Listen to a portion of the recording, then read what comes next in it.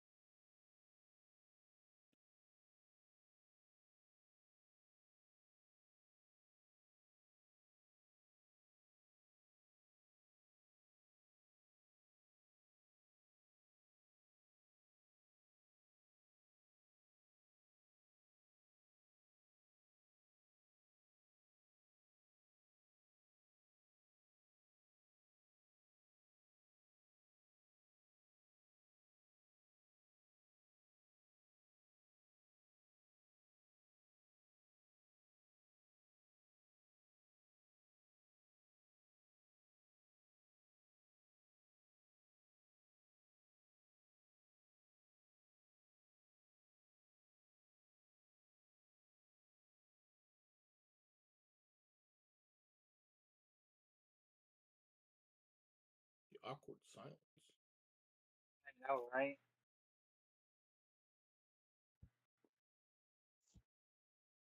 Yeah, it's live.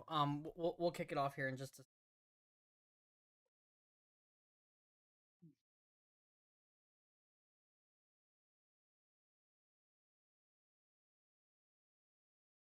I'm just sharing the link around.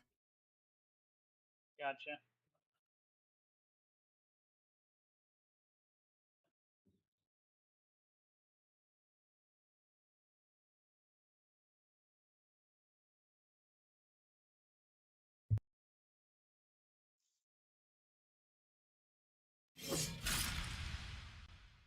All right. How's it going, everybody? Welcome back to the Looking Glass Podcast, your source for everything Grand Archive. My name is Travis, and I'm here with Dalton and Corey.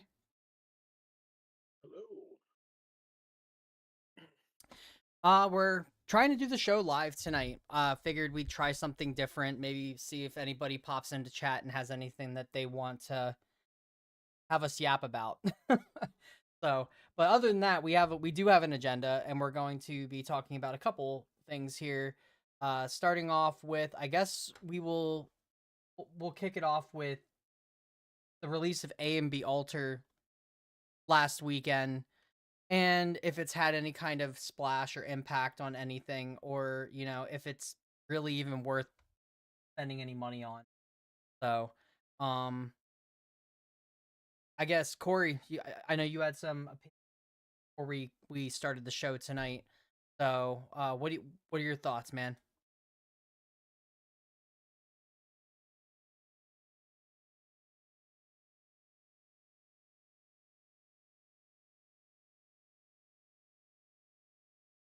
Are you there? My mic got muted. Oh, Okay. you're good. What are your thoughts, man? Sorry, I was adjusting. You're Started good. to slip. um, I was just saying that I guess it seems like not a lot of people are buying the Ultra Edition, so there's not a lot on the market right now. Like I think even our local Lazarus Games didn't get any boxes in of it. Yeah, they didn't get it that Uh, weekend. They might have some there now. I don't yeah, know. but But even so, I don't even know if I would buy a box at this. I think there's some neat stuff in there, but it kind of looks like if you don't really play Jin, or there is some good Terra stuff in there, but is it worth picking up a boxes? I know the gold standard is don't buy boxes, buy singles. Yep. But there's kind of a caveat to that where if other people aren't buying boxes for you, then we're kind of stuck with an SR for Jin costing like $17 to $18. Oh yeah, Like Jin's nipple tassel. Yeah. Probably. well, like that Hu Zhang Insurgent's Fang is like around that price. Like was it the one the one distant fire card that's pretty decent in Diana is $7, which is a lot for a rare. And that, so it's kind of like I guess is that issue of if no one's buying it, then the single argument kind of goes out the window, because like, are you really gonna pay, like, because what was I looked this morning, I don't know if it's still that way, but the for the 3 visits is $44. Oh yeah, 3 visits went up for sure. And so I heard something. I forget where I heard it. It was on one of the podcasts or one of the um the things that I listen to or watch or whatever. But they had brought up a point about where here in the US we have, a plentiful amount of A and B first edition that is just sitting on shelves not doing anything. Whereas overseas, I guess they ran dry on it really fast. Which is why Ultra Edition is more, I guess it's more exciting for them over there than it is here because we have so much of it just rotting on shelves. Yeah, there's still like, I bought a box at Laz like a month or so ago, and now there's another one just sitting there. Yeah, they probably have. That's probably one of those sets, and then the fact that they use that as their draft set and everything too, um, that's kind of a big thing with why there's so many boxes. I think there was a deal where if you bought a case of Alter, like you literally got draft packs with it. Well, I what else? Oh yeah, that fluffy shopkeep, like promo deal. Like, I don't think it's working all that well, because like, yeah, all the CSRs off of TCG Player got obliterated, but like, trying to get a CSR out of Mortal Ambition is just kind of a hard sell, No, because it like, really is. It wasn't. I think it was meant to be more impactful, but nobody wants to rip that set.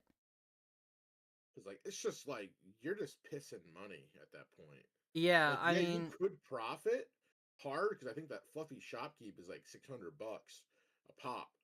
But like, that's like, if you buy a case and only pull like one CSR, eh, that's not a good deal. Like, now the only thing it's worthwhile getting from first edition still is if you rip the CUR because a CUR is a CUR regardless. It's one of 72. So, of what's course the it's going to CR have for that some. set? Huh? I said, what's the CR for that set? I don't think I know. Kongming. It is Oh, a that's it, right. it You is a very pretty like all the CURs are That's right. really pretty. Oh yeah. But um if you don't, so it being one of 72, it does hold value. But outside of that, there really weren't many DSRs in that set that were really good necessarily. And that's why they had the campaign for it. But the set's just not, if you're a new player, it's a great set for, and that's originally what A and B was supposed to be. It was supposed to be the new entry level area from, because before that you had DOA, and if you didn't have dungeon guides or Grand Crusaders rings or whatever at that point, like, you had a hard time getting into the game. But Yeah. it doesn't, I ran into that issue bad. yeah, it doesn't help either though that the divine relics, Yeah, for, yeah. yeah, they're they're awful. Yeah, I was actually gonna go into that too, because I was thinking about it, and I'm like, and there's probably a reason why there's a lot of like MRC and ALC Ultra editions too. Because I also listened to another podcast, and they were kind of talking about like how many good cards actually came out of these Ultra editions, and they were like, MRC didn't really have very many really competitive cards come out of MRC. Like, ALC had Nico and Vanitas and stuff, and a few others, but like, MRC didn't have too many. So like, and now AMB, like, it like there is a win gin list that did do very good at this main deck regional this past weekend. It went 4-2, and it's a really solid list. It looks like a lot of fun. It's like what I wanted out of Jin, which is like Jin has these cool allies, but like Fire Jin doesn't really play allies. He just waits and then obliterates you in one hit, and hope that you don't kill him. Or by obliterating his like armor and stuff. But like the problem is like no one's buying this stuff because it's like it's not really worth it. Like if you don't play Jin or Kong Ming, or like there's a wind wake up card in there, but is it worth investing in? Like is it like it's definitely worth to Yeah, buy I mean, singles, aside but from, I think like the best ultra rare you can get out of there is 3 visits. I think that was yeah, literally yeah, like that's the card that you want to see, and that only makes up like part of your box at that point because these things are yeah. still selling for like minimum $80 US. Really? Yeah. Ew. No, yeah, I'm good. Um. Oh no no no! I'm talking about the box itself. Like the box is like $80 US. No, no, I know. That's Okay what I'm okay. saying. Like, Yeah, but anyway, you pull 3 visits that's sitting on TCG right now for like 45. On the secondary market, you could probably argue 35 to 40. Um, but that's only like half your box, and then the rest of the stuff in there like really isn't that great. Even yeah, pulling a dungeon guide now, like dungeon, you're about to get a free play set of dungeon guides out of. yeah. I think that kind of like they kind of counteracted themselves by doing that. Imperial Seal is going for 33, but I don't think anyone's gonna buy Imperial Seal for $33. It's an interesting it's an interesting card with an interesting concept, but like it's not really viable because like for 1 turn you turn off elemental restrictions, but it's for 1 turn, and how much are you realistically going to be able to play in 1 turn? So I know Merlin messed around with it for a little bit, and they were like, oh, we can throw some fireballs into like water or wind Merlin and play Imperial Seal and throw somebody off their game. But outside of that, there's realistically no reason to play that card. Yeah. So, what's your opinion, Dalton? You've been kind of quiet over there. I mean, I've just been looking over A and B myself because I wasn't even certain what came in there. And I mean, if we're talking like anything outside URs, like the next best thing is like fractal polar depths or fractal polar depths. And like that's like the next best thing to pull Yeah, from this yeah. deck. And you also have your horses and whatnot, which are fairly good if you're planning to play any human ally strategies in the future. But obviously, there's a little like it's not a good set overall. If I was them, I would have made better altar cards to really push the sales for the altar set. But I understand that they think about these things like a year or two in advance at least. Well, yeah, and they even Um, pushed back A and B Alter because I remember at Boston they made the announcement to push A and B Alter back by a bit. So yeah, like I don't know. On that note, like talking about the altar cards in general, like realistically, there's only a handful of them that stand out to me. And then Yeah. the first weekend of events that the set was legal for. Now, given the set came out that weekend, so that would imply that you had the ability to pick up those cards immediately. Whereas, if your store got delayed or didn't get it or just didn't even want to buy the set knowing it wasn't going to sell, like um it kind of leaves a gap there for people to have to get these cards. And some people, like some players, just want to wait. Like we don't want to go and burn money on a card that's just not going to do anything. Yeah. So, especially when like the price is right off the get-go. Like if you look on TCG Player right now, there's like 4 sellers total for anything Yeah. in this set, and a lot of those cards only has one seller. and I think the one seller he must have gotten like a bulk load of it because he's got like 50 copies of like most of the stuff. Yeah. So I saw that. I'm like, what yeah, the hell? but even so, like those prices are ridiculous. And if They you were are. like, if you're someone like me who picks up a playset of everything just so you have it available for whatever purposes, like I know you guys utilize that a lot. The fact that I have playsets of like everything, but Oh, yeah. yeah, but Well, yeah, because you're like, don't buy anything. I have play well, sets. It's yeah, like, like, and that's the yeah. thing. Like if I'm not using it, like Oh yeah. use it, yeah, but Hey, if that's I why ever I get learn it, I playsets like of gameplay, everything, because whatever. if I want to build something, I'd like to Yeah. have the stuff that I need, but I'm also not going to go out and spend. If I were to get a playset of everything right now, that would cost me nearly like $500. Well, yeah, like looking at this win gin list that went well. You need 3 of the new unique ally that has vigor. You need 4 leading charge. You need like 4 polearm steed, and like you need his like tassel. What else? That tassel is good, but it's not $30 good. No, it's not. And like he side decks it. Like he literally side decks Quicksilver Grail and Scarlet Tassel, which is really smart.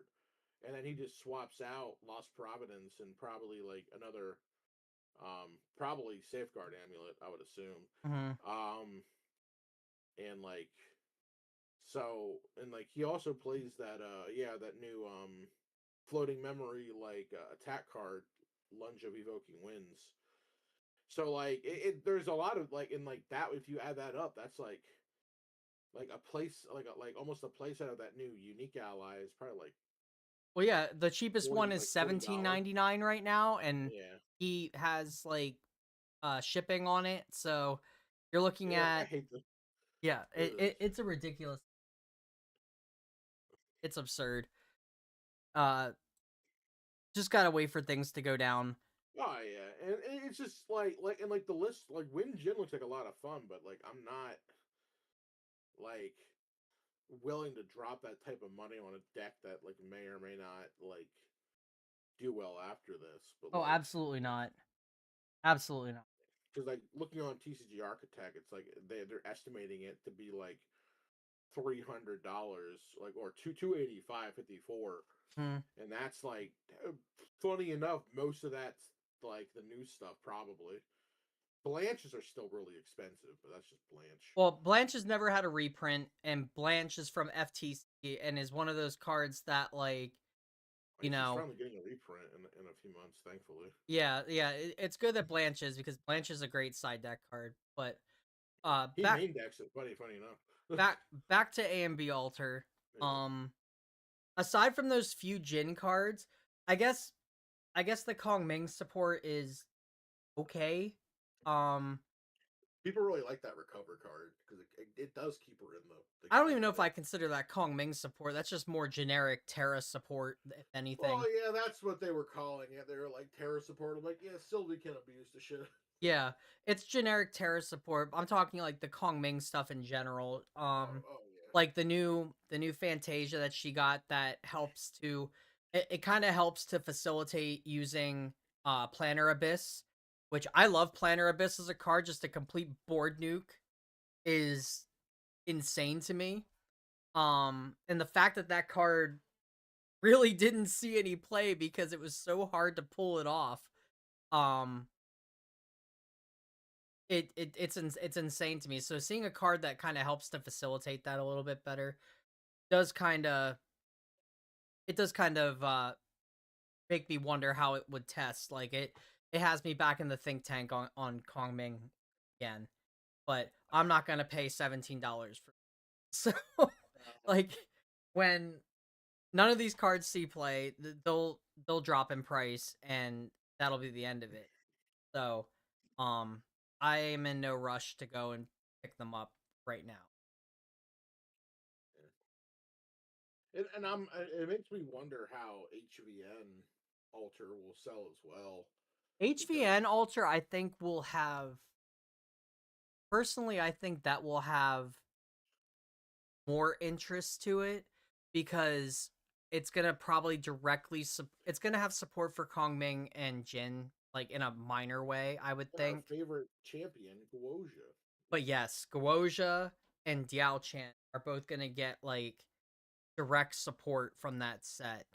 And I'm really wondering how that's gonna pan out with whatever we're supposed to get from RDO, because the Yeah, way that I was just thinking that too. yeah, the way their release schedules go, this would come out after RDO, like in the in between RDO and whatever comes after.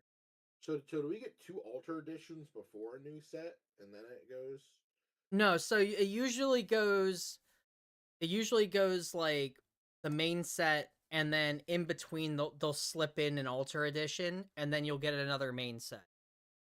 They just didn't do it for No, they for pushed it back because of all the tariff stuff. Yeah, no, yeah, I was just thinking. I was like, okay, so it goes main set, main set, alter, and but now we have like a master set, so Hmm. I guess that counts as Well, like a main it's set. technically a main. It's a master set, but it's technically a main set still. So, um, but yeah, because of all the tariffs and everything, I guess they didn't. They definitely didn't want to oversaturate everything, because if people are gonna struggle to pick up stuff as it is, you don't want to add more to the fire. But I am wondering how whatever we get from RDO is going to play into whatever HVN alter is gonna have, because um yeah, it's just it's something I definitely wonder about, to say the least. But as far as A and B alter goes, I personally think you just gotta have a little patience, and if you want to buy a box, go for it. Like, I will never tell somebody like don't bother, don't enjoy yourself opening packs and get that dopamine hit. But Yeah, if it came down to A and B alter versus like another box which has like way better hits in it, if it's not a brand new player who needs certain things to start the game, there's no reason to go after it. So if they're on the lookout for dungeon guides and whatnot, and they don't want to wait for RDO to come out and everything, by all means, get yourself a box of A and B, see what you get there. Jin's a solid deck to start playing. Requires a lot of math, but it's still a solid deck yeah, to get into the game with. Like, it's a warrior deck, so you can take that however many which avenue. yeah. Warrior go burr. Yeah. So on that Because note, if you like wind, yeah. though, we do have we do have some tournaments to talk about here that happen.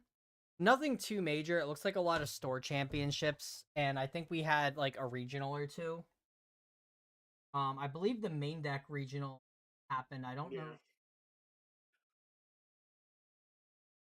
It should be. Trying to.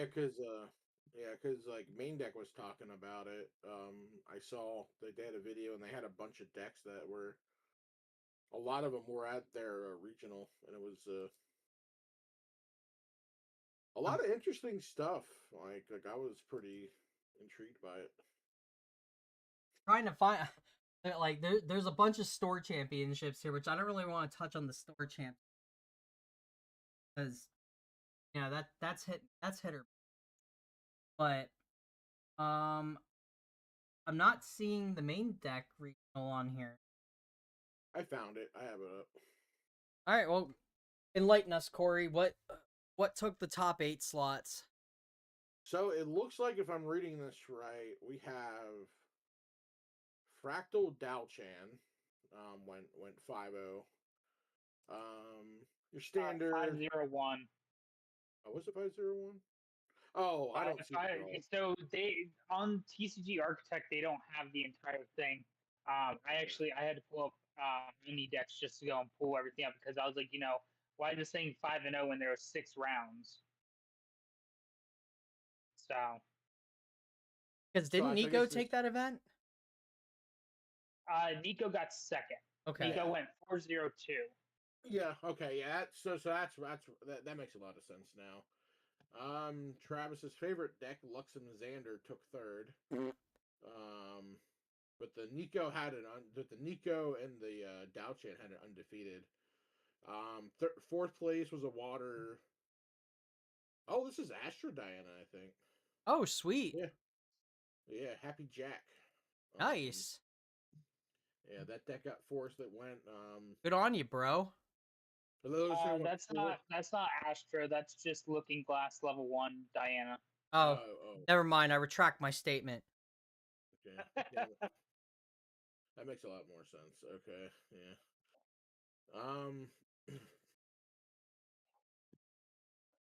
Looks like Guoja, Gembu, and then we got Siriu, another level 1 water Diana. There's the Winjin, the Winjin list I was talking about. They got 8th. Um, yeah, that list was really. Oh, our boy Sly took 9th. Yeah, let's go Sly. Yeah. He was on what? CL, right? Yeah, CL. Looks like Bonk CL. Yeah. Nice. With Foe Awakening in the main board. So that way Yeah. you don't have that unpreventable damage. Yeah. Only 2 Abnegation, though. It looks like he played Peaceful Reunion. Yeah. Which I knew that was going to be good in there. I was like CL kind of needs that. And he was playing 3 Regals, which is wild, but hey. He did Ooh, say he was he's also playing Mirrorbound Covenant. he did say he's pushing he did say that he's trying to push for like nationals. So, you know, that's one way to do it. I mean, that Mirrorbound Covenant definitely changes over some salty decks that people are messing around with right now.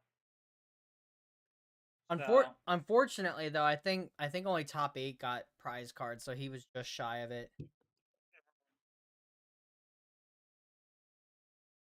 yeah. I was really impressed by that Nico deck. Like it was solid.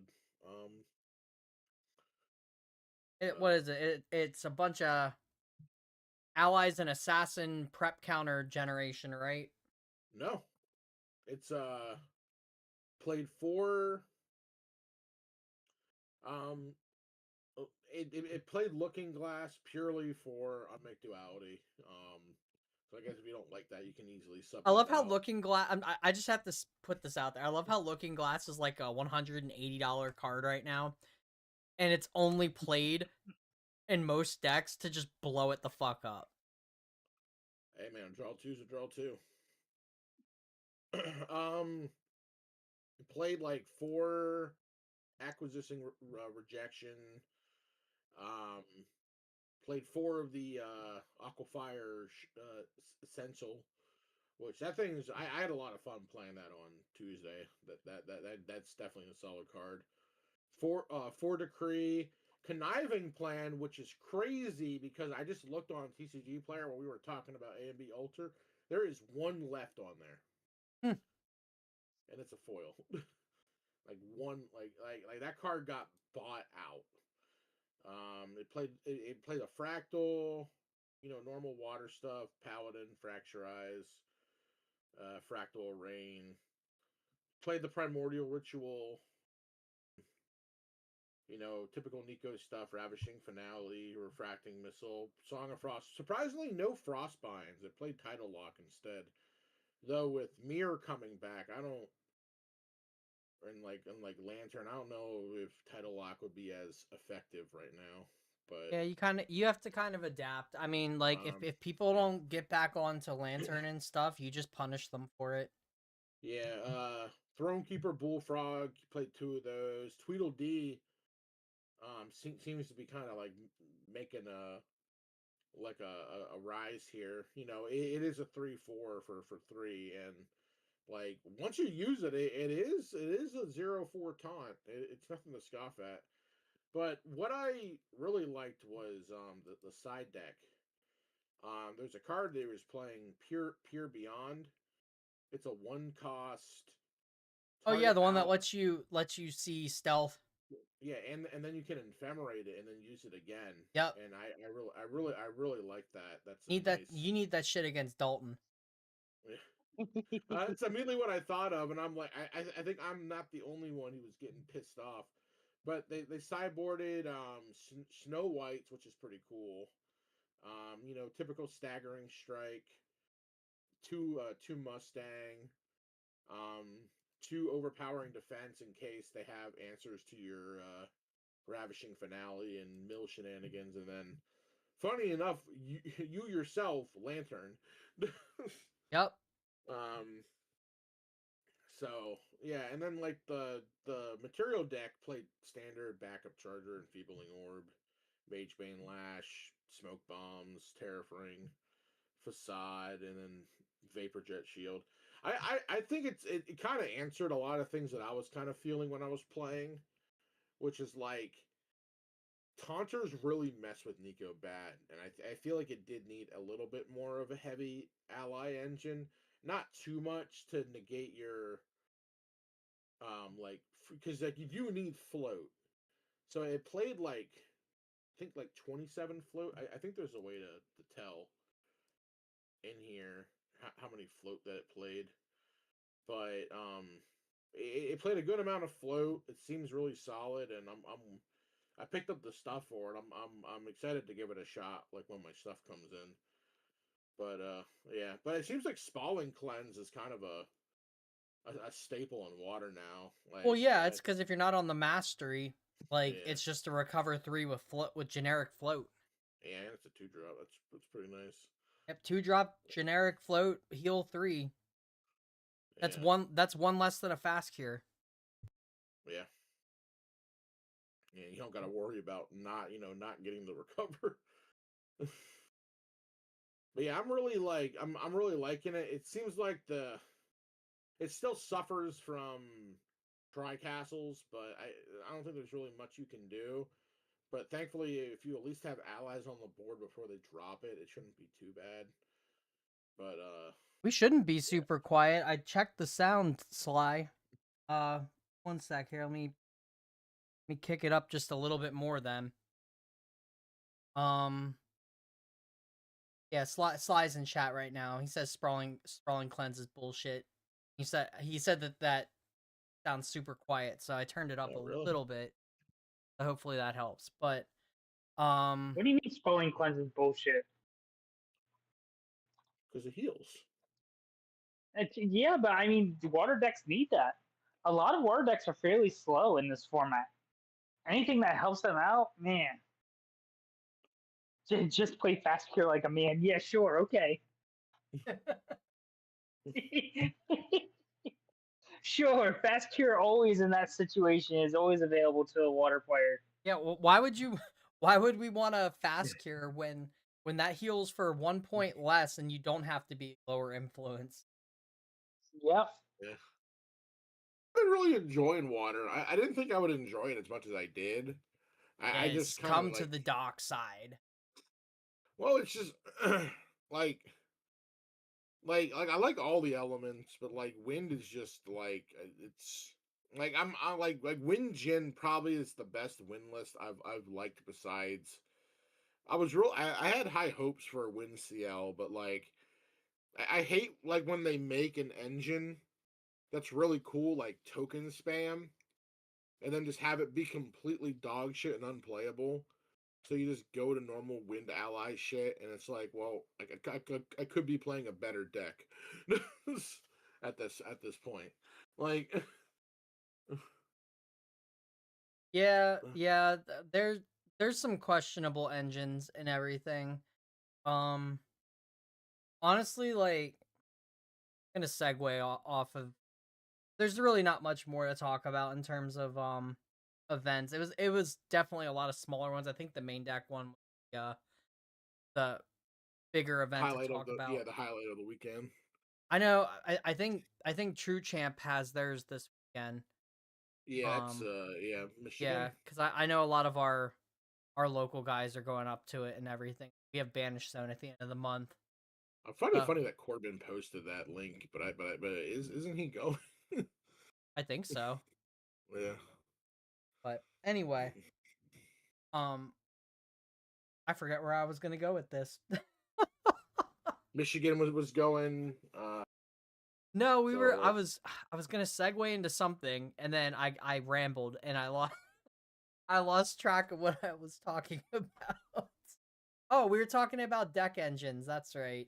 And like, um, I was gonna segue into Pantheon off of that because I the more this format goes on, the more excited I am to have another format to kind of fall back on because this format has been so boring for me.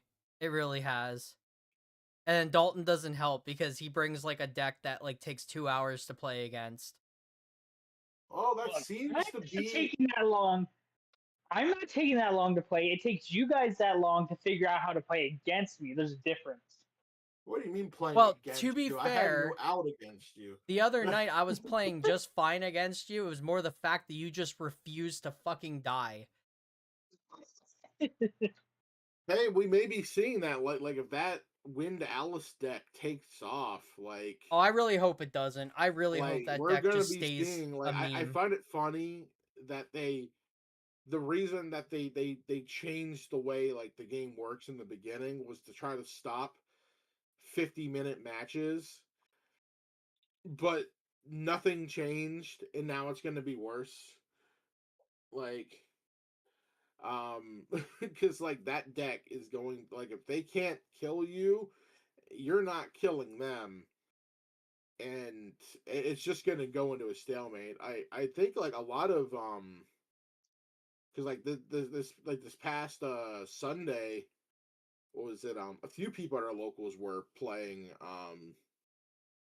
that Wind Alice deck, and like I played against him round one, and game one basically took 45 minutes, and then he Yeah. dropped tri castles on me like round like turn two, and I scooped because. Yeah, I can't commit to a deck like But that the that takes rest of his entirely. matches mostly were all draws. Yeah, I can't commit to a deck like that. Anyway, I'm supposed to segue for a second to talk about our sponsor, PCG Architect, which is a deck building and information site for the Grand Archive trading card game as well as the Gundam trading card game. But we don't talk about that because this is a Grand Archive podcast. So, Sly, pay me now. Back to the show. I mean, I'm actually glad he does Gundam also because it allows me to go and see what cards I'm missing for my master collection for Gundam. So that is one thing I am happy about for TCG Architect. I mean, that's all fine and dandy. I'm just saying, this is a Grand Archive podcast. We're not talking about Gundam here. Mm. You take your robots. No, you know what? The only mech we're gonna talk about is the new mech, the girl that just dropped in Wuthering Waves. That character is fucking phenomenal, and I absolutely love every second of it.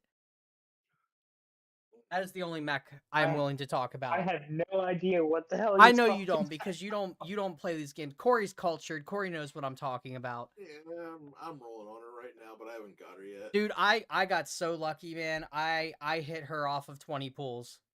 My friend hit her off of 30, but yeah, I'll get her eventually The when I get paid next month. the animations for that character are just peak. The story for that character, peak. And I know I'm getting off task here, That's but what we I do. don't care because it's worth it to talk about. But yeah, Grand Archive podcast, back onto that. I just had to save my piece on there. But no, if you guys want to play like a fun game, Wuthering Waves is an amazing game to play. So What else went along this weekend? Oh yeah, that Alice card. The Alice. Oh yeah. Oh yes, we get to talk about Alice stuff. That's right. Yes, Alice. All right, we gotta do some speculation here, boys. We gotta get in the tank here. So we got an Alice card revealed for RDO, and it's exalted, and it's definitely a finisher because I think it costs what, like 15. Yeah, Yeah. 15 reduced by 2 if you have a pawn, and reduced by 3 for all the other archetypes. Interesting. So, and that reduction stacks every single time and whatnot. So, like the pawn is 2, the king, knight, rook, queen, and bishop are all reductions of 3. Yeah. And so basically, if you have a knight, rook, king, queen, and bishop, it's free 100% to play.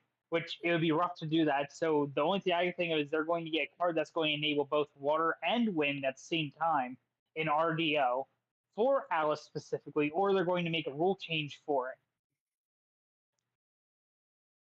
Yeah, I'm wondering how that's gonna work out. Like if they're gonna give Chessman Alice like a level 3, or if they're gonna give her like the Sylvie treatment and be like, oh well, you can play, any Chessman card regardless of advanced element or whatever.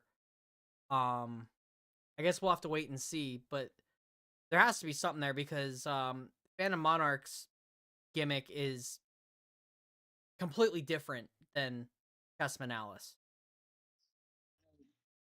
So I'd like to know what they're gonna do there.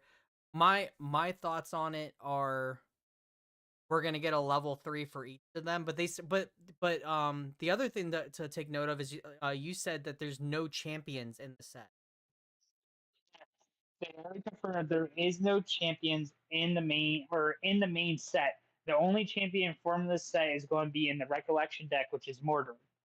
So yeah, that kind of makes me wonder, like, is this gonna be like we have to wait for DTR alter or or PTM alter before we actually get to see Alice at her final That'd be form? so weird though, but like it wouldn't. I'm I'm really curious how they're gonna make this card work because it is an exalted card, and that's what kind of throws me off for it and leads me to think that we're going, if there's no champions in the set, then maybe it's a spirit, or maybe it's I'm some kind of an item or Maybe one regalia. of the remember they did say they had angels to help. Ah, oh look, Corey, you're cooking, man. Cook, man, cook. Yeah.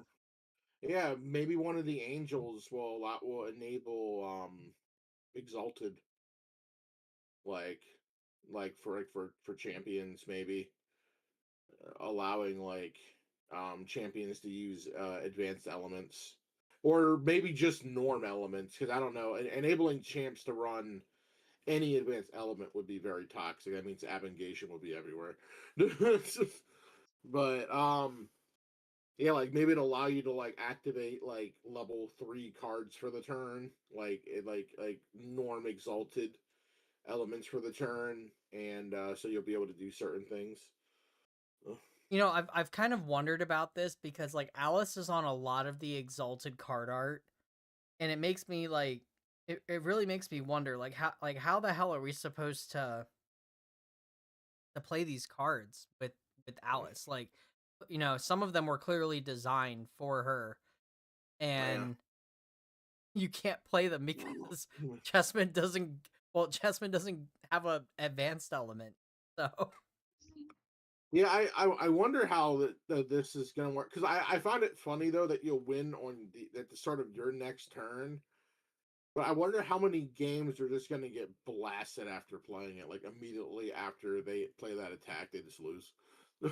everyone just like rears their head at them. Well, I'm just thinking about it. I'm just like, they're like, oh, You know what's funny? Just play Peaceful Reunion before it. Make them yeah, make them have to burn you out. that actually is that's a pretty toxic play. Play Peaceful Reunion and then drop Checkmate and be like, Now what? I do wonder though, because like that card, like even with allies, like since Chessman is an allied deck, I think they're gonna be like going after your allies hard.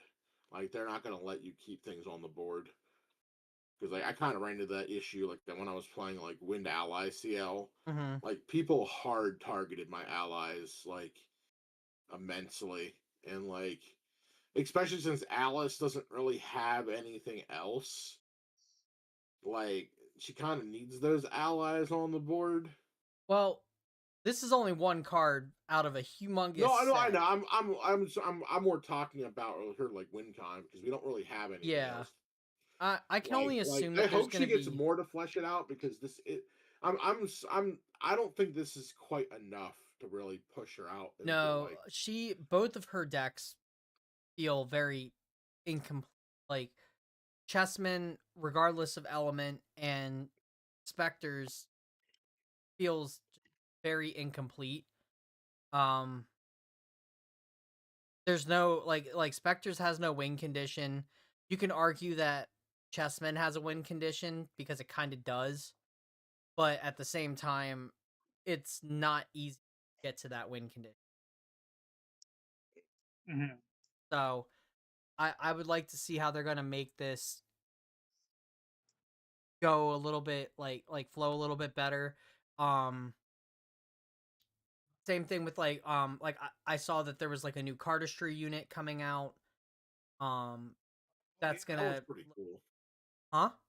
I was saying yeah, that one's pretty interesting. Yeah, like so there's definitely some new stuff coming out that's gonna like support some of these archetype decks, which like I personally like archetypes. Like I do too. I'm a fan of archetypes. Like I don't like the mix and match and like random nature. Like I like to have something to kind of like build around Mm-hmm. and like the Yeah. whole theme of it and everything, especially when it's a cool theme. Like I really like the Spectre theme and the way that it's kind of like a dredge theme from Magic the Gathering, where like you're milling you're milling your deck for cards to play from your discard pile. I like that aspect of it, and I really hope they flesh it out a little bit better. Um, Yeah. Same thing with the chessmen stuff. Like the way that they do the chessmen stuff is really cool, but I feel like they've slapped way too many floodgates on their own cards. Like Yeah. to do this, you have to do X, Y, and Z, or this happens. Like it's too much.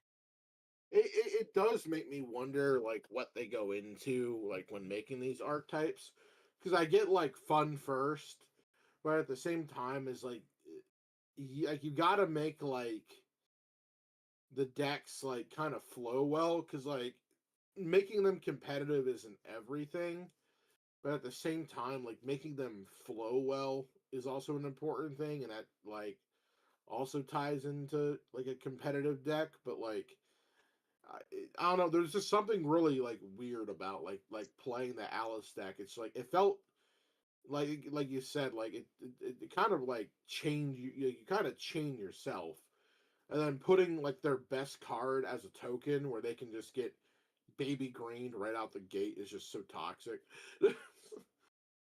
I don't think Assassin Merlin sucks ass. Um, Responding to chat, I think there's a way to play it that can make the deck work. Versus certain meta decks, yes, I will agree that it does not stand up to certain meta decks, but I I know personally, and I've seen other versions of Assassin Merlin do something at least. It's just, it's not a deck that's being heavily messed around with. And I have Mm-hmm. a deep dive coming out on it next week.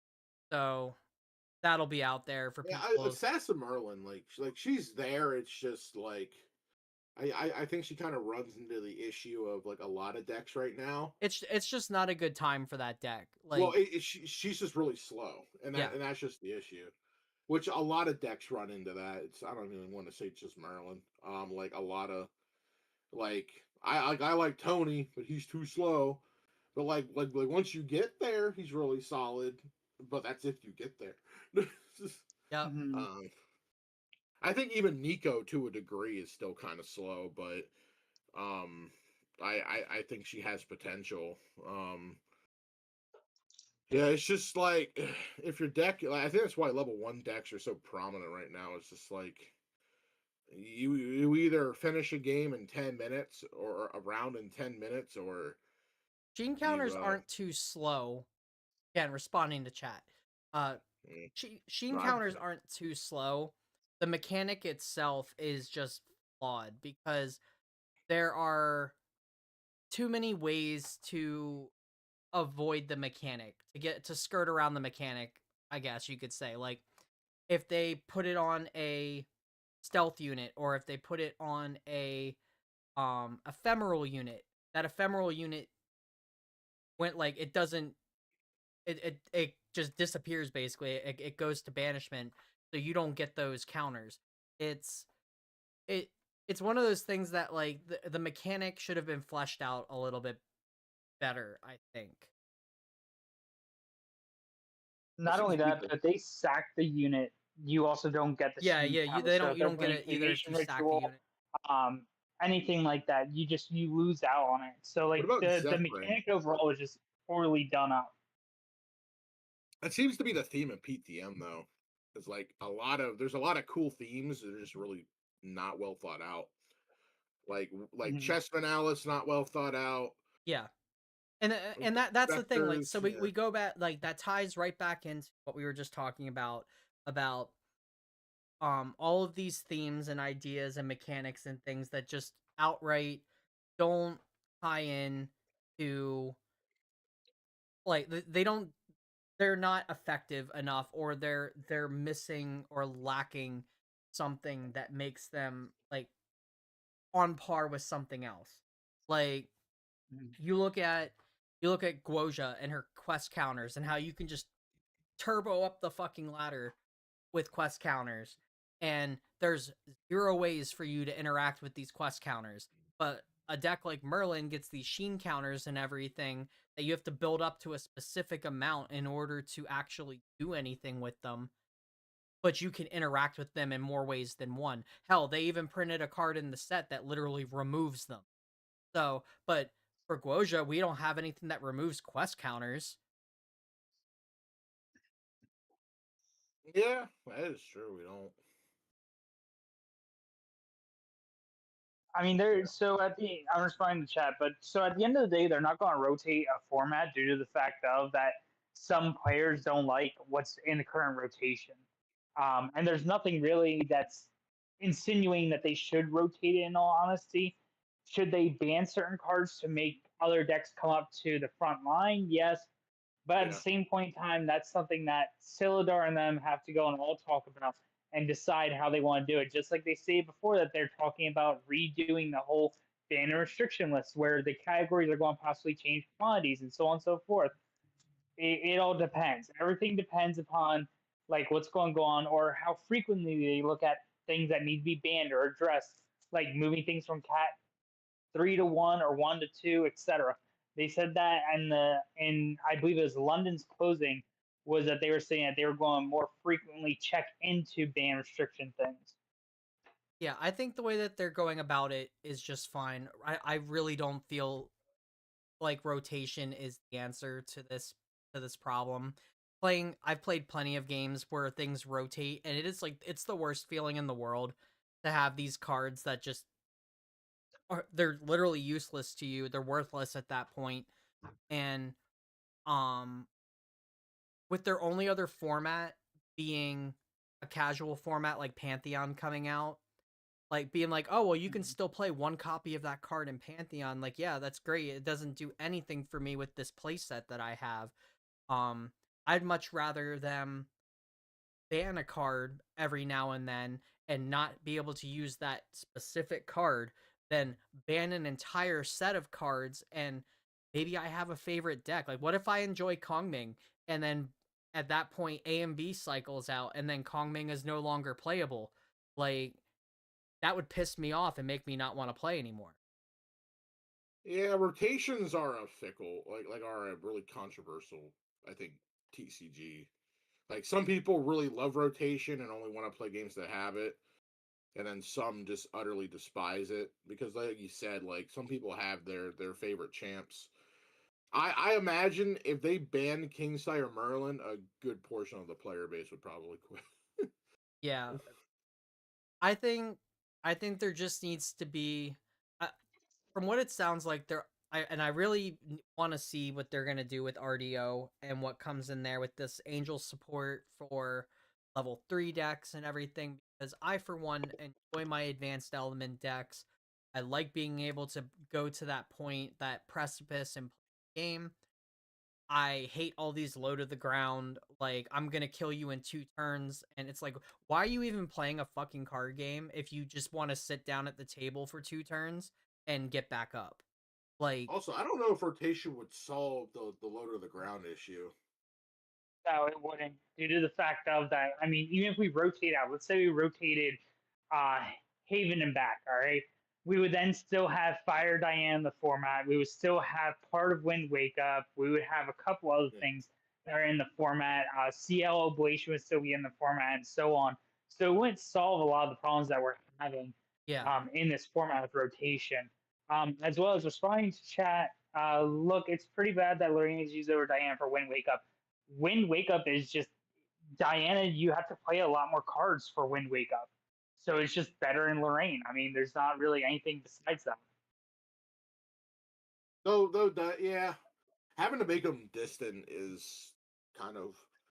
In You all have to play honesty, more like, stuff. my best advice to anybody is that, like, find a champion that you like, build a deck around that champion, and win or lose, just try to have fun. Like, especially me, this format, like I hate this format. I absolutely do. And you hear so many, oh, this format's so open, it's so great. This format is the same fucking format as the last one.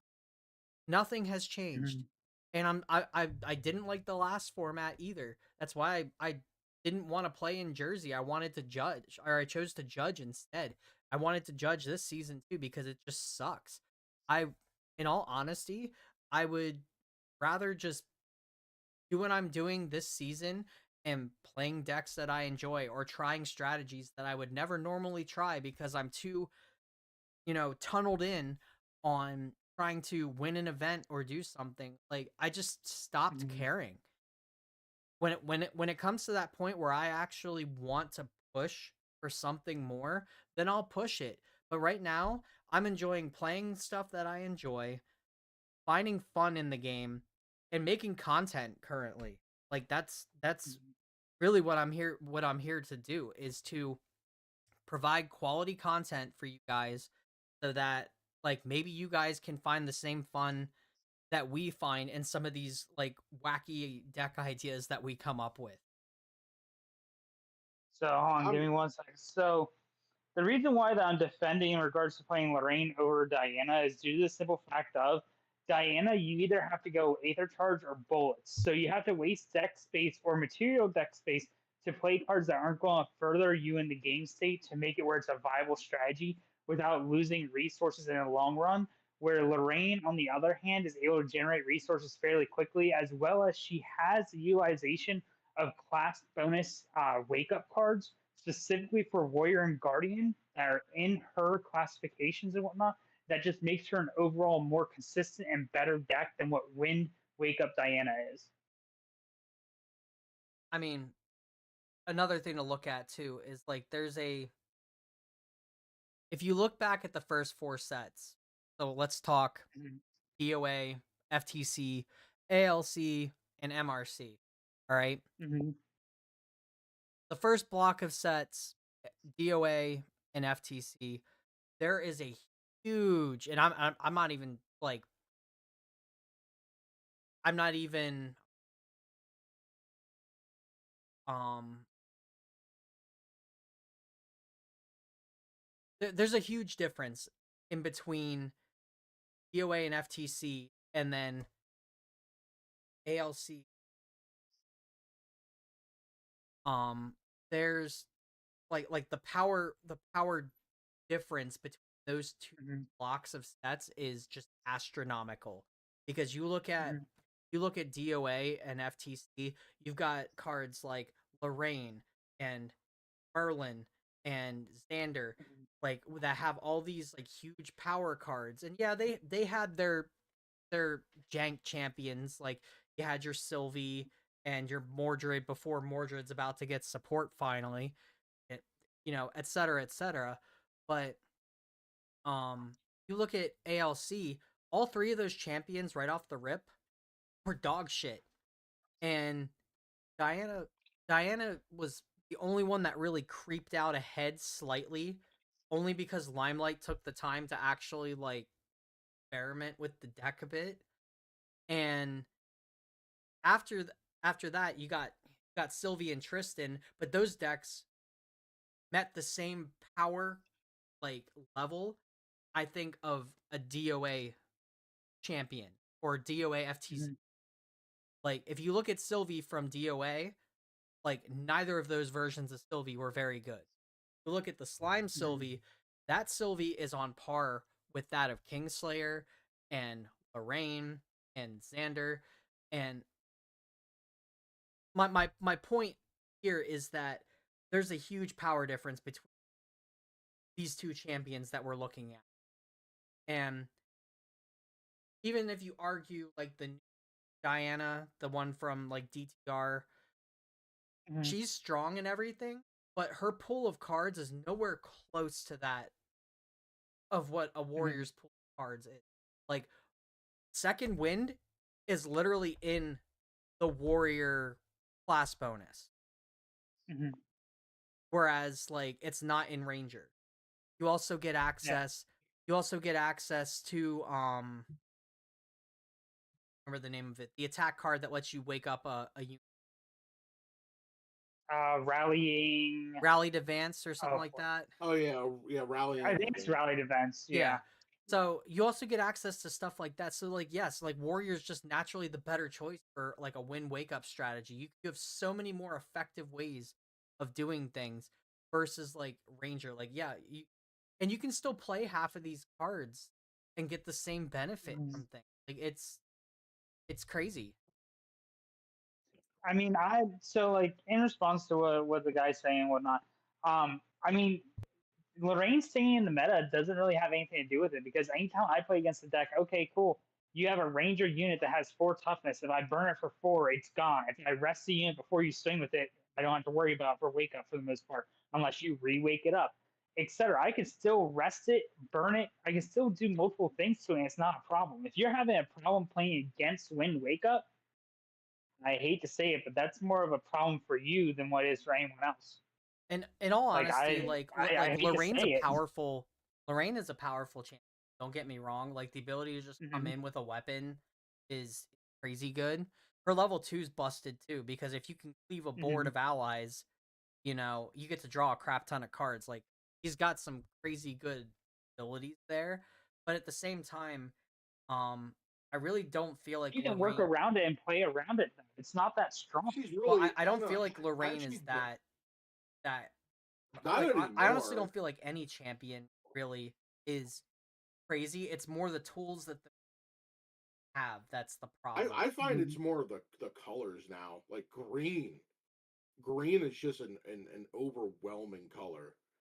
That I Yes. think it's more I think it's more the element than rather the champions now. Because Yeah. like Mhm. I don't think it's yeah, so I agree with you. I don't think it's the champions. I think it's the color, and I think certain classes definitely have better utility than other ones do. yeah. I mean, I definitely feel Lorraine with Looking Glass. It's a little rough because the Sword of Shadows and Nerd Sword are both 2/2s basically. But like outside of that, like it's not like there's not a huge amount of swords that they can materialize for 0 that give a huge benefit in regards to it. Now on the flip side of it all, Aetherwing Diana, especially you're playing a fire variant with dreams and whatnot, you can go and make it so that way you have lethal in a turn or two, and your opponent can't do a ton about it unless they blow up your weapon. And like, sure, that could be a problem, but like, if you play any kind of regalia hate at all on the main board, which you should be having some sort of regalia hate, and you see it, Broken you must nine win. times out of 10 win that game.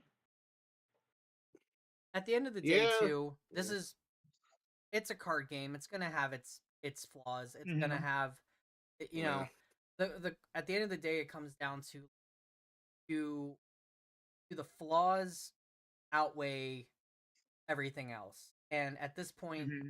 I'm gonna say no, because whereas like some certain champions, certain classes, I'm not even gonna say champions. I'm gonna say certain classes, because this is a Mm-hmm. class and a color thing. Like, you mix wind and assassin together, it's a disgusting combo. Same thing with wind and like tamer, specifically like Guoja in that matter. And it's not so much Guoja that's the problem; it's the Shenju that she brings out that's the problem, which would be Seiryu. Mm-hmm. Like, the champions themselves, I think all of them are pretty like balanced in what they do for their own individual class. Mm-hmm. It's the colors, so like wind, fire, water, whatever. It's that and what's in those specific classes, and what is locked to those classes or locked to those specific champions. That's the problem. There are so many cards in this game that realistically should just read this character only bonus, and it doesn't, Mm-hmm. and it allows another, like, so this brings up a whole different like thing here. So let's talk about Merlin Kingslayer and Kongming. All right. Merlin Kingslayer came out in FT and used the old level mechanic to, be able to play certain cards, and that champion has a double class bonus of mage Mm-hmm. and warrior. So you get to utilize both aspects of that. On top of, so let's fast forward to A and B when you get Kongming and everything. At this point, they realize that they messed up with Slayer, and Kingslayer is able to abuse all these mage cards and all these level bonus cards like Fireball and whatnot, because Merlin gains permanent levels. They introduced a mechanic called Empower, which is, it's an awful mechanic. It really is. Like, the next card Mm-hmm. that you activate that's a spell eats the Yep. Empower immediately, and it's a temporary one-time bonus. Like, how is that supposed to stand up to a permanent level gain? Like, I have to play something level myself to fireball you for 10, whereas you just go, okay, I fireball you for 10, and then next turn 11, and then the following turn 12. Like, it it's it's not, if you want to talk about an unbalanced champion, Kingslayer is an unbalanced champion. Like, bar none. Yeah. Yeah, that I agree with. Bar Yeah. none. Like, Lorraine is not a problem. Merlin level 2 isn't even so much a problem. If you count that Mm-hmm. as like any kind of counterplay type of thing, Merlin level 2 is fine. Kingslayer's the problem. Every other turn you get a draw and a power bonus, and then every single turn you get a level bonus. Mm-hmm. You are literally on a ticking time clock. Stop that deck. And I understand that Kingslayer's really not doing much right now, but it always finds its way back into. It always Mm-hmm. does. If you go back into the history of this game, since it always finds its way back.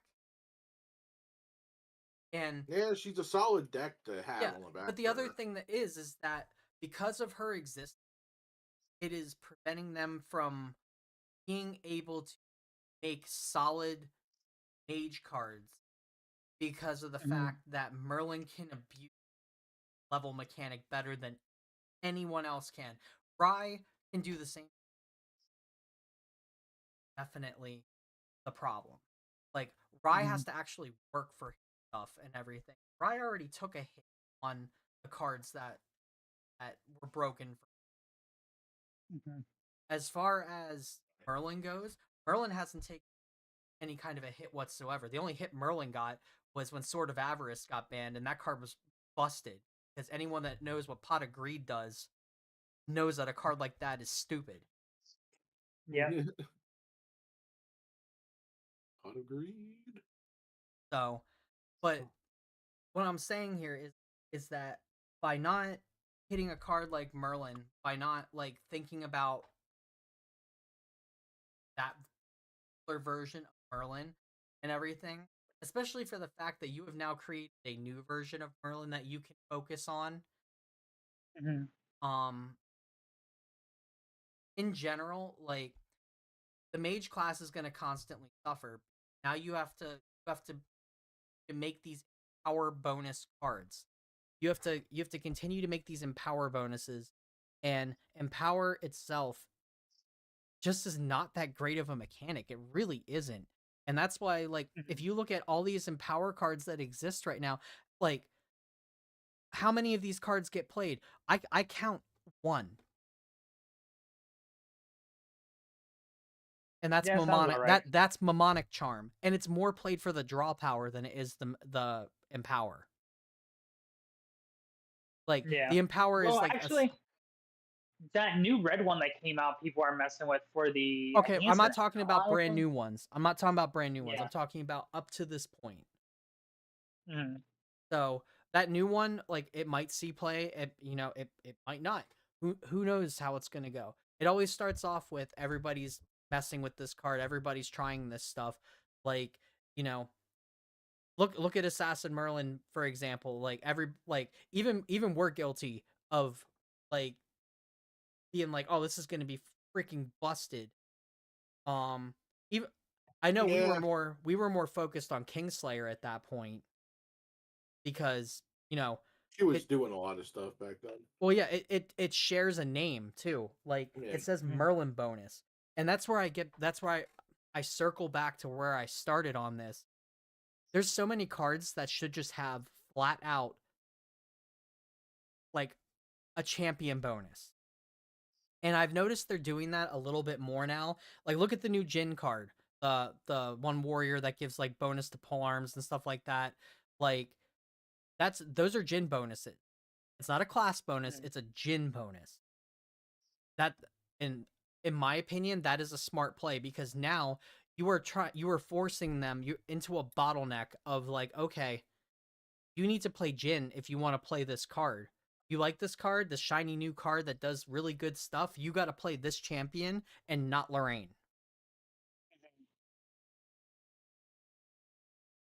And Yep. that's what I'm getting at here. Like they need to utilize champion bonus effects more frequently. Like look what they're doing now with the new Nico card for Proxia and the Proxia for Alice that lets you use banned cards and everything.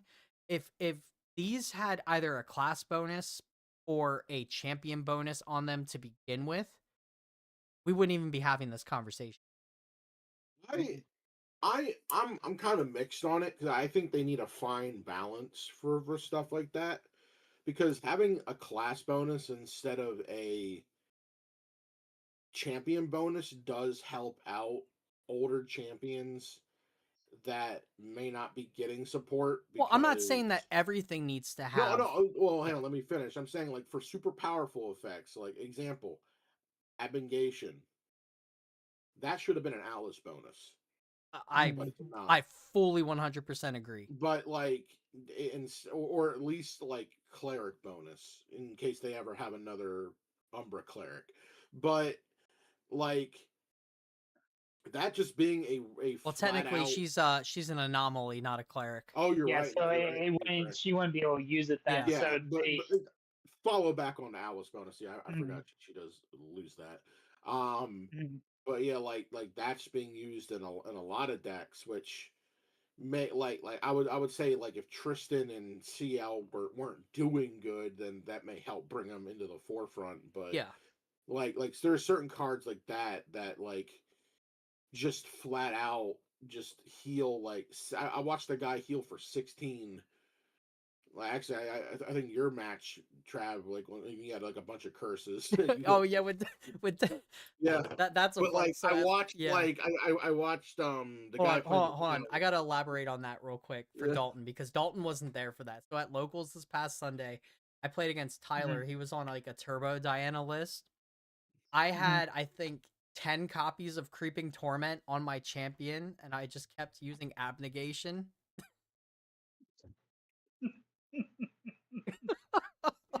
That's stupid.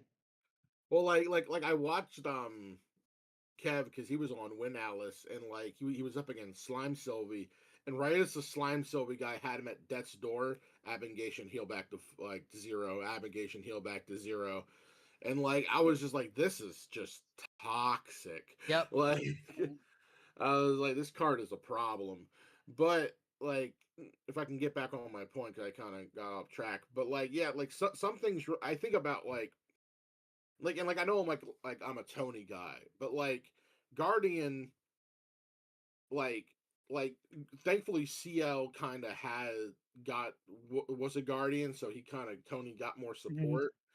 But like it's a thing of like certain like I think to help keep because the game was based around like these kind of like RPG classes, guardian, cleric, like warrior or fighter example.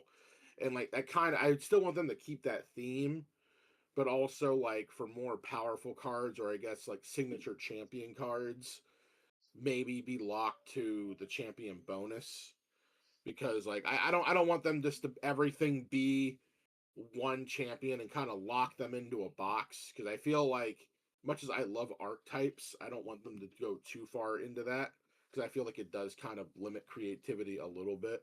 I think we also need to Mhm. address some of these cards that have effects that are a bit not what the game is currently.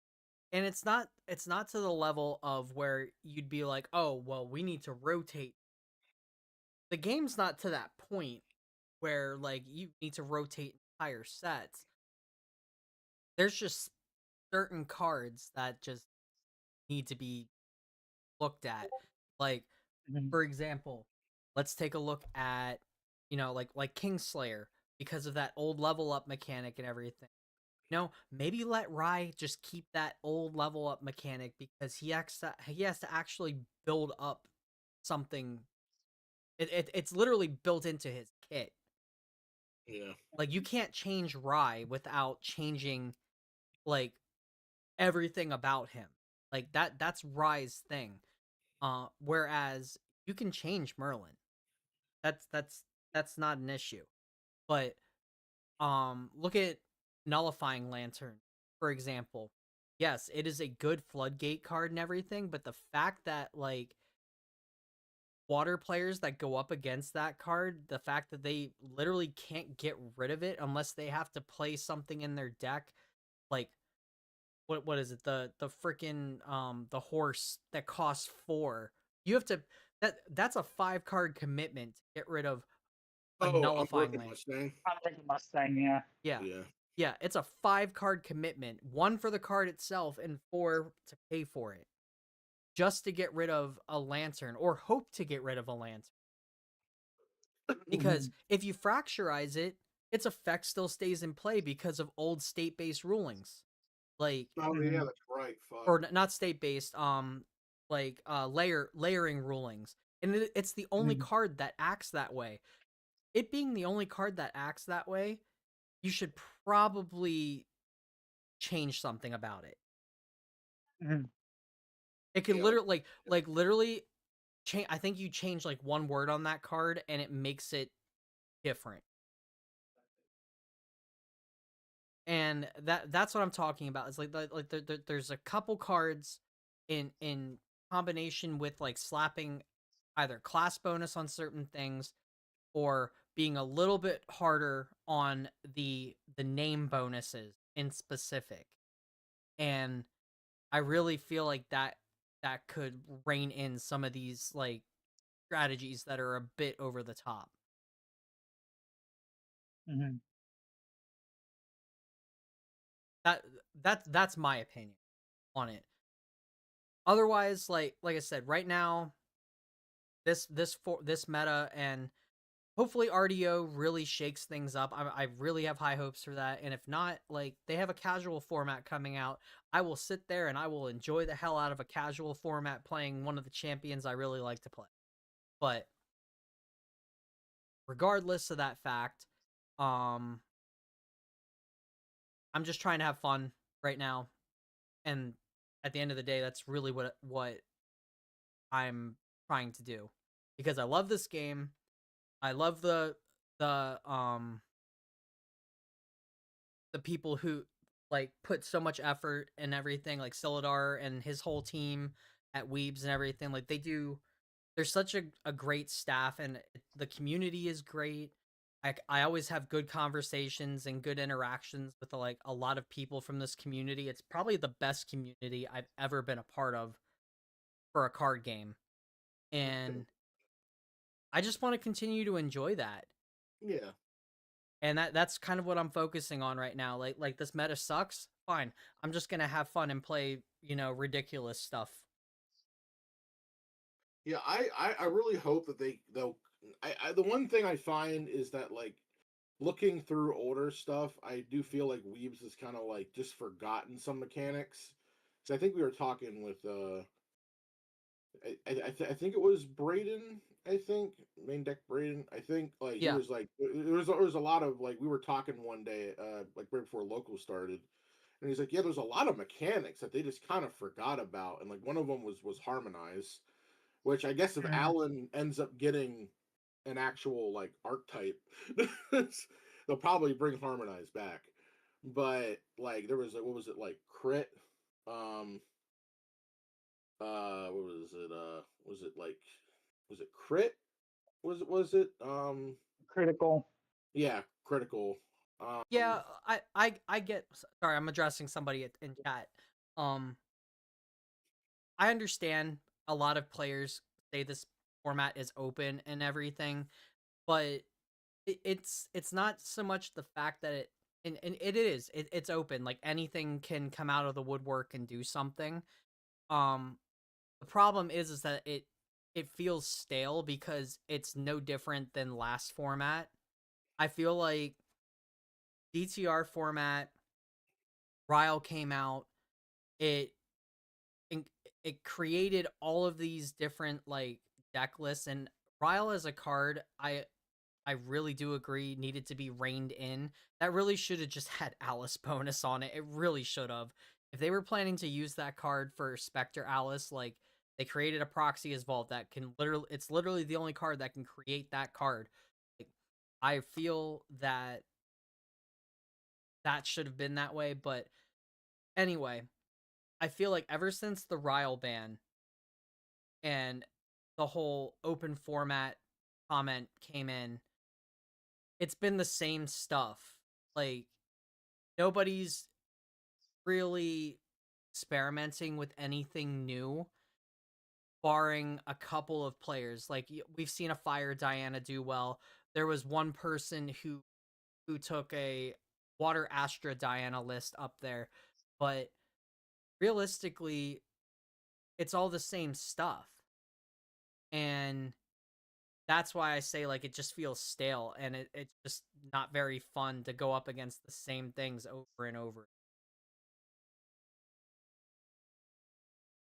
I feel like until they can hit some of these decks, um, like and like kind of fix some of the like what makes them so overwhelming, I think it'll kind of continue to be the same unless they like. I was hoping PTM would shake it up a bit, but like they didn't. Like none of the decks coming out really did much. So like, Mm. but I think with the Proxies Vault, it seems like the Proxies Vault with like for Nico kind of shook things up a little bit. I feel like one of the nice things about the Proxies Vault is that it brings attention to old champions Hmm. that um that like kind of just got forgotten. Like they weren't bad, but like as the game evolves, some champions kind of get forgotten. Um, No, and what was it? you Because make a like because valid like point. because like I was was it I was talking with Fern, and he kind of says like Nico's always been good. I don't know why people are like, oh, Nico's back. He's like, Nico's always been good. I just they didn't. No one's playing her. And I kind of it kind of put a thought in my head. I'm like, that's kind of true. Like you could kind of like bring out a Proxius vault for a champion and be like, oh, yo, let's play test this champion, kind of see what we can do.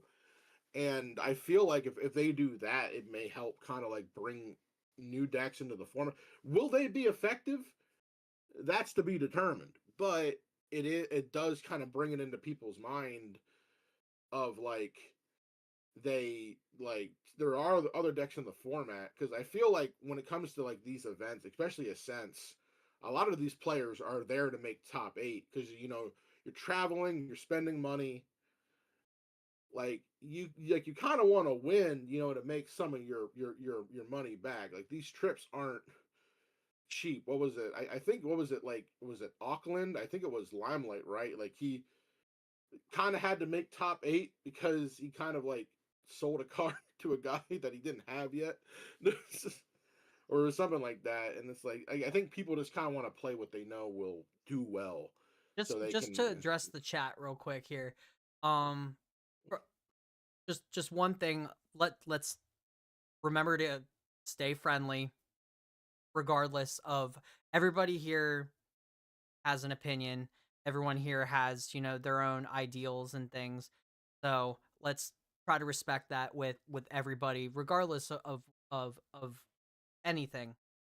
Um on that note, it's not just level 3 decks that are doing well, or turbo level 3 decks in specific. Like there's a couple turbo level 3 decks out there, but there's also still a lot of just the regular strats. Like you still see, Genbu and what and A like Gembu and player went Shenju. Superior went crazy. Yeah. Yeah. It's I get that those are level 3 decks and everything, but at the same time, like they're not that particular type of level 3 deck.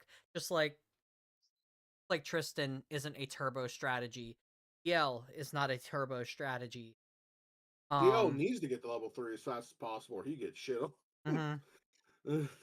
So like there are turbo strategies, and like yeah, they're kind of not fun to go up against. Like I know at locals a couple weeks ago I played up against Fern and he literally smacked me in 2 turns with a Seiryu with like a double uh I really can't remember the name of this damn card. Wow. It's like Serious command. it's the one drop arcane card that pumps Seryu's power up and everything, and he just like double swung at me. But No. um so yeah, those turbo strategies, like they're not fun to go up against.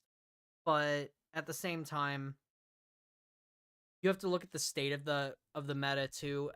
When that was going on, there really weren't a lot of water decks in the format. Like there's certain things that counter certain strategies, and when one of these elements is not being represented, it allows one element to go crazy over another one. So in this case, you don't have water around to interrupt any of Wind's shenanigans. Wind's just gonna out turbo fire, and there you go. It's That's kind it's of like who did so well, is that like water was kind of a hard counter to win to a degree. Like every time I thought that Superior was going to lose in finals, yes, I Quackham's harness. Thank you. Sorry, go ahead, Corey. um uh, but yeah, it's I don't know. I feel the same way. Like it's as cool as I find level 1 Diana. Like I kind of feel the same way. Where like, oh, I get pumped full of like 15 to 18 damage before I even have a chance to play the game. So I feel like there is like I feel like it's just the speed of the game sometimes is a little too quick. Yeah, Like I don't I think you do should feel be like they I need don't to think you slow should be it able to down a bit. output that much damage so fast, so easily. And like I get that like you can like the deck can brick or like you can interrupt it, but like if you don't have that answer at that moment and you're still like on spirit, it doesn't feel good. But yeah, like Uh, what's funny is like Fern was even telling me after that game about a specific card that is like really rough against that strategy.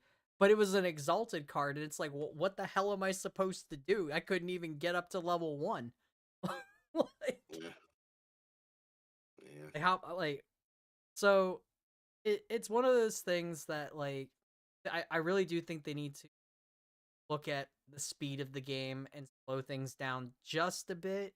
Not to the point where you're having games go on forever, but not to the point where like you have these other decks that just they don't care. They just blow right up. Like this is why people had issues with Slime Sylvie in the beginning, because Sylvie just didn't give a fuck. She just climbed the ladder, banished every copy of a slime that she had, and then storm slimed you like for the win.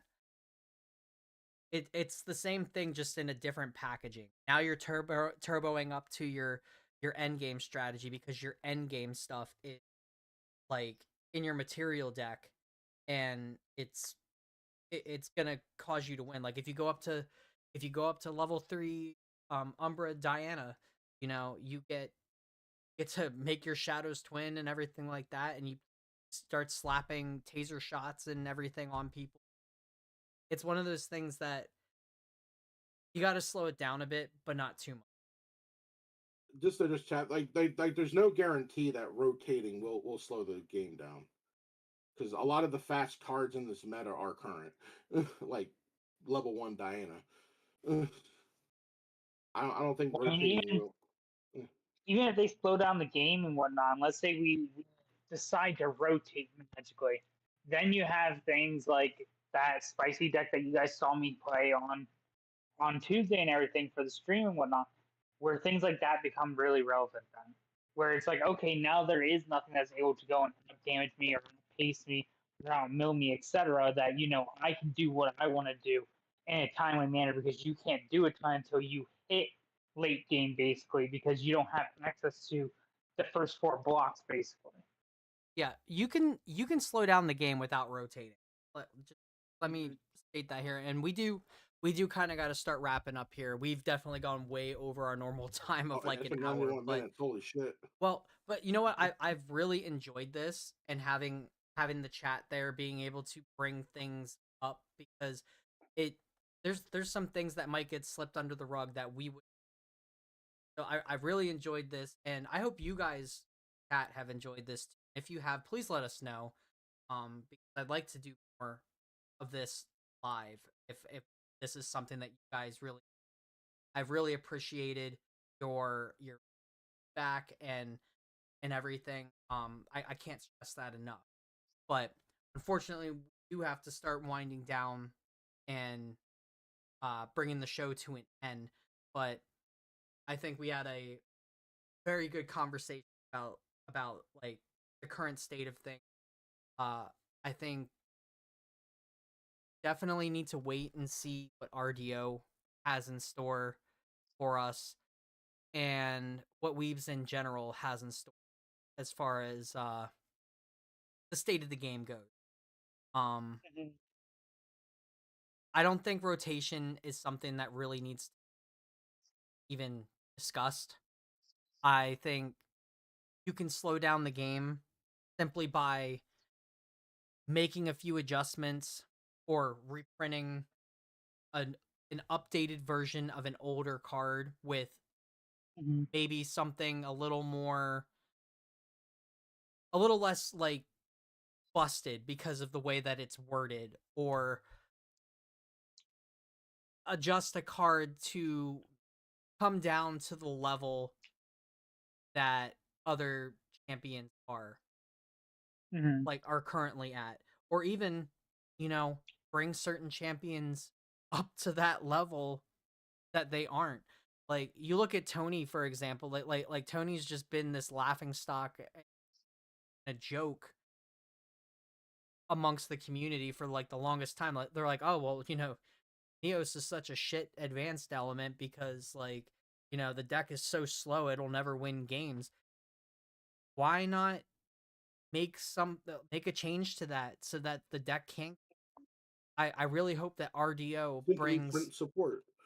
Yeah, I really hope that RDO answers a lot of these issues. Yeah, And poor old they're Adam. talking about like this whole angel, like I'm gonna call it an archetype for lack of a better word, but it's supposed to help level 3 decks. I guess we'll see what some of these cards can do, and if it really, really does help bring some of these struggling champions into the fray. Mhm. And if not, there's always Pantheon, and that's the way that I'm looking at it. Like I personally am excited to get into Pantheon. I never got into like Magic Commander because personally Magic just never interested me. So, um but I love this game and I'm excited to see what Pantheon can do as far as like as far as helping the game grow. I With agree. that being said, is there anything else that you guys want to add to tonight's closing thoughts? Uh, Go ahead, Corey.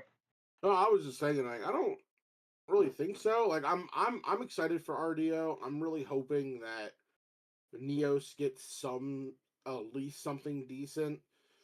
And I'm kind of with like Trav here. Like like I'm having fun because I came back to the game. I'm trying out new decks, like seeing like what kind of fits like my play style. I think I finally found one with like Nico and Jin.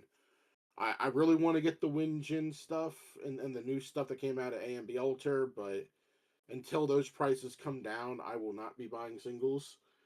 Um, but yeah, I'm looking forward to Pantheon a lot. I've always been a Commander boy. Um, so and I'm really excited to see where they go with Pantheon and hoping RDO is worth it. Um, uh, but yeah, that's basically what those are my closing thoughts. Yep. Kind of the same as everyone else. I mean, for me, all I can say really is that wherever this game may go and whatnot, um, doesn't matter to me because the one thing I always enjoy is always a commander format. So having that as a backup Yeah, is a Yep. huge benefit to me. So like wherever the competitive aspect may go, I'm fully deep diving into Pantheon. I have like a whole book written basically on what could possibly be viable, what cards are relevant, etc. And we will show that all to you guys in a later date. So Yeah, I'm excited for Pantheon too. You guys can definitely expect plenty of Pantheon content when that comes out. Um Honestly, we might one of these brawl nights we might actually just try to make something work there. Although we'd have to find a fourth I person. I have well, it's a format for anywhere from 3 to 4 players. So you can do it with three, but four is more beneficial because then it's a square basically or a cube, Yeah. whatever you want to call it. But let's Well, you beat up on can this do it with man. 3 people. we'll It's have the to see. truth, man. We'll brew something here. But anyway, guys, thank you so much for watching and joining us here in, like live and chat. If you guys enjoyed yourselves, if you guys like this whole live thing, please let us know. Please you know, express that to us so that we can make this happen again.